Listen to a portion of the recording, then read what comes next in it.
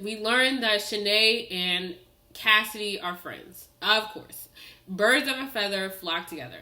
And Cassidy's over here. She is on her high horse. And she's talking to Cassidy like, oh, like, let me give you all this advice about how to interact with Clayton. Like, I know, I've done it.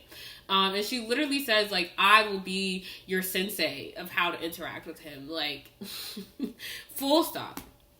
Anyway, Shanae is eating this all up. Here's my take on her. I think that she seems very impressionable, very malleable, and she seems to lack the ability or the willingness to think for herself. She seems like the type of person that likes to align herself with someone who has a much stronger personality that she does, and then allow herself to just soak in those aspects of that personality and allow that to drive how she is acting in social situations, drive her decision making, because she's just taking on whatever is projected onto her by that stronger personality friend. Because she seems to just be getting all of her strategy from Cassidy.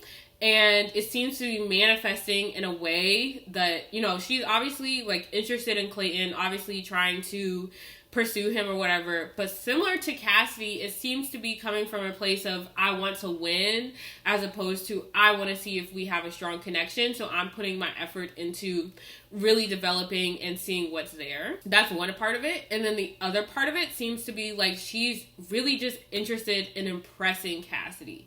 Like, she just, I think, went on that group date hoping to come home with a story good enough for Cassidy to be like, hey, listen to what I did to the girls today. Listen to how I made this super strong impression on Clayton, and all the girls were super jealous of me. Like, I think that is just as equal of a motivation for her as is, like, getting that attention from Clayton.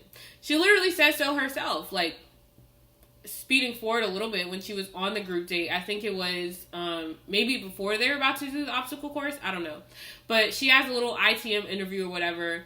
It was after they did the little red flags never have I ever game, and she was talking about how she was upset that Elizabeth, like, got the seat next to Clayton, and she literally said, she was like, I was upset that I didn't take that initiative. I wasn't moving quick enough on my feet to get that seat next to Clayton, because that's what Cassidy would have done. Like, that literally came out of her mouth. And that right there just sent alarm bells in my head to be like, oh, okay. Like, we're doing this to impress Cassidy. We have Cassidy in our mind, steering our decision making right now, which is very alarming, as we will continue to see. If you want more where that came from, be sure to check out my full recap, which will pop up on the screen.